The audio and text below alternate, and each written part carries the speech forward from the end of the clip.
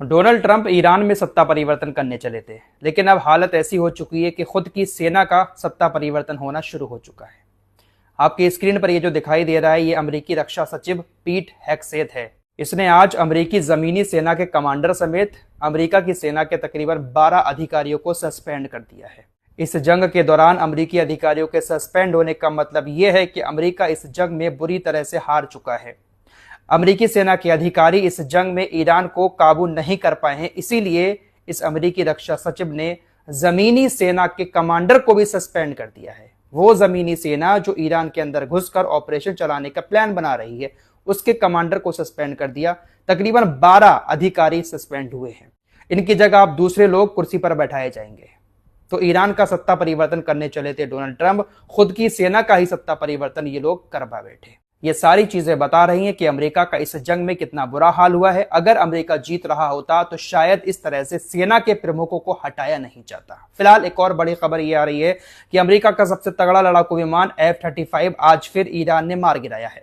हालांकि अमेरिका की तरफ से इस पर कोई बात नहीं कही गई है, लेकिन ईरान ने क्लेम कर दिया है कि हमने एक और F-35 अमेरिका के लड़ाकू विमान को मार गिराया है, और ये लड़ाकू विमान भी ईरान ने अपने नए बनाए हुए एयर डिफेंस सिस्टम से मारा है। इस जंग के दौरान अमेरिका के वैसे तो बहुत सारे विमान मारे गए हैं, तेल भरने वाले विमान मारे गए हैं, रडार सिस्टम का काम जो विमान करता था वो मारा गया है, लेकिन जो सबसे तगड़े लड़ाकू विमान अमेरिका के थे उनको भी ईरान ने मारा है। उसकी संख्या कुछ इस तरह है: 4 F-15 लड़ाकू विमान मारे गए हैं, 2 F-16 लड़ाकू विमान मारे गए हैं, 1 F-18 और 2 F-35।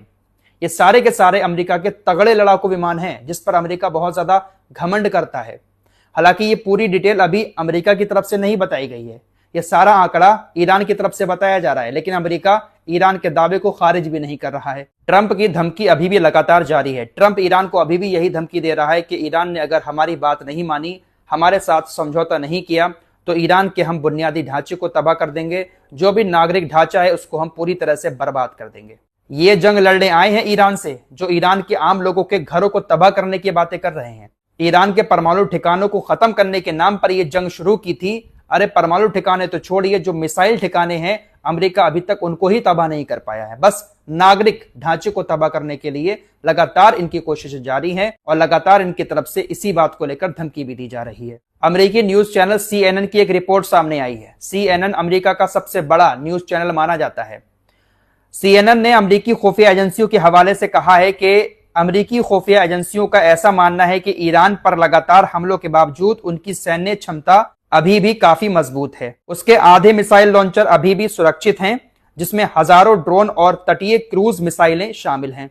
ये सारी चीजें जमीन के नीचे सुरक्षित रखी गई हैं, इसलिए इनको खत्म कर पाना बहुत मुश्किल है। ये कौन कह रहा है? ये अमेरिका का सबसे बड़ा न्यूज चैनल CNN कह रहा है। ये जो अमेरिकी सेना के अधिकारियों को सस्पेंड किया जा रहा है, इसके पीछे की वजह यही है कि अमेरिकी सेना ना तो मिसाइल सिटी को तबाह कर पाई है, ना ही परमाणु हथियार को तबाह कर पाई है, ना ही स्टेट ऑफ हॉर्मुज खुलवा पाई है, और ना ही अपने लड़ाकू विमानों को बचा पाई है। इसीलिए सत्ता परिवर्तन अमेरिकी की सेना में देखने को मिल रहा है।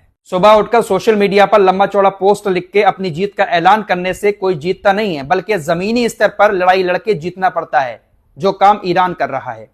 ट्रंप सुबह उठते हैं, पोस्ट कर देते हैं कि हम जीत गए, हमने ईरान को तबाह कर दिया, लेकिन रात होते होते ईरान अपनी मिसाइलें इजराइल की तरफ दागना शुरू कर देता है।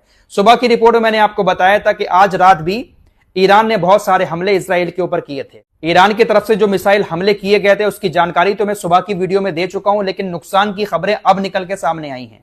ईरान ने इजराइल के पेटा टिकवा शहर में जो हमला किया था, वो हमला इजराइल के ड्रोन बनाने वाली एक कंपनी पर हुआ था। इजराइल की एरोसोल नाम की एक रक्षा कंपनी है जो ड्रोन बनाती है इजराइल की सेना के लिए। ईरान की ballistic missile aerosol defence company के ऊपर जाकर गिरी, जिससे उसको बहुत बड़ा नुकसान हुआ। इजराइल की एरोसोल कंपनी टोही ड्रोन बनाती है, खुफिया ड्रोन बनाती है। इजराइल जो खुफिया अभियान चलाता है खुफिया ड्रोन के जरिए, वो सारे के सारे इसी एरोसोल कारखाने में बनाए जाते हैं। इसी को ईरान ने अपनी बैलिस्टिक मिसाइलों से निशाना बनाया था। बहुत बड़ी तबाही ड्रोन बनाने वाली इजराइल की कंपनी को हुई है। पूरी की पूरी ballistic missile air defence system को चकमा देकर इस कंपनी पर आकर गिरी। तस्वीरों में जो हाल दिखाई दे रहा है, इससे आप अंदाजा लगा सकते हैं कि नुकसान कितना ज्यादा हुआ है।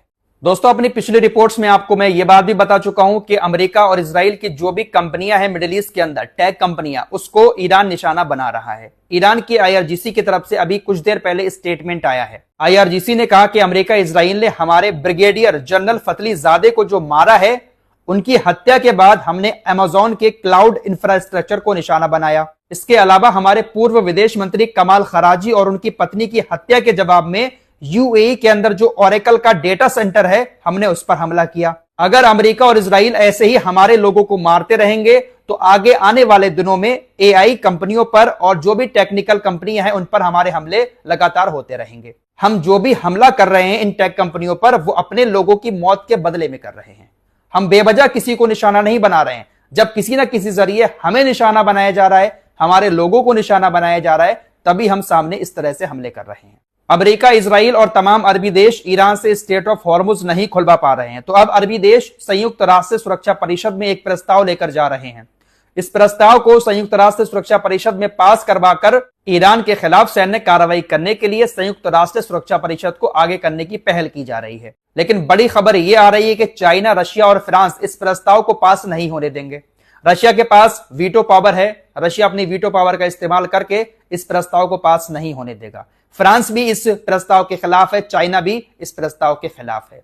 फ्रांस के राष्ट्रपति इमैनुअल मैक्रों भी अब अमेरिका इजराइल से पूरी तरह से चिढ़ चुके हैं। देखिए, कोई और मामला होता है तो इंसान बर्दाश्त कर लेता है, लेकिन जब पर्सनल लाइफ को लेकर कोई आपके ऊपर टिप्पणी करता है तो इंसान बर्दाश्त नहीं कर पाता है। डोनाल्ड ट्रंप ने परसों मजाक उड़ाया इमैनुअल मैक्रों का कि अपनी बीबी से यह पिटता है। मजाक इसलिए उड़ाया क्योंकि फ्रांस के राष्ट्रपति ने इनके विमान को अपने एयर स्पेस से नहीं गुजरने दिया। इसलिए डोनाल्ड ट्रंप इनकी पर्सनल लाइफ को लेकर उल्टी सीधी बातें दुनिया को बताने लगा। अब कितने भी करीबी सही, लेकिन पर्सनल लाइफ पर कमेंट करना कहीं ना कहीं हर इंसान को बहुत ज्यादा चुभता है।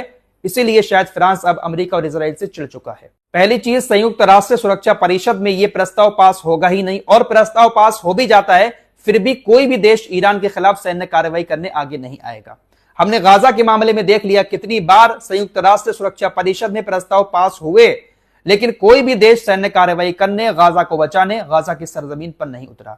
ये यूनाइटेड नेशंस हुआ, संयुक्त राष्ट्र सुरक्षा परिषद हुआ, इंटरनेशनल कोर्ट ऑफ जस्टिस हुआ, इंटरनेशनल क्रिमिनल कोर्ट हुआ, ये सब के सब सिर्फ दिखावे के हैं। गाजा और इजराइल की जंग के दौरान हमने इन सबकी औकात देख ली है।